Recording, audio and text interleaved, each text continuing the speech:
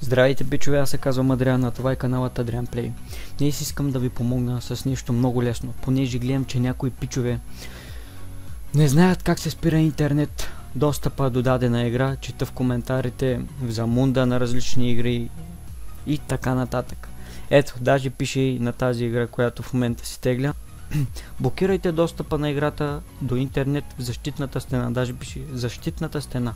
Значи, отивате в този компютър, свойства, начален прозорец на контролния панел, защитна стена на Windows Defender натискате, после пропускане на приложение или функция през защитната стена на Windows Defender.